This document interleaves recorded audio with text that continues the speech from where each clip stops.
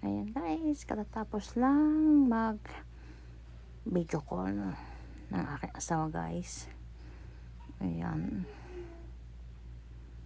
Bali, alauna dito guys. Sa kanila is alas 9 ng gabi.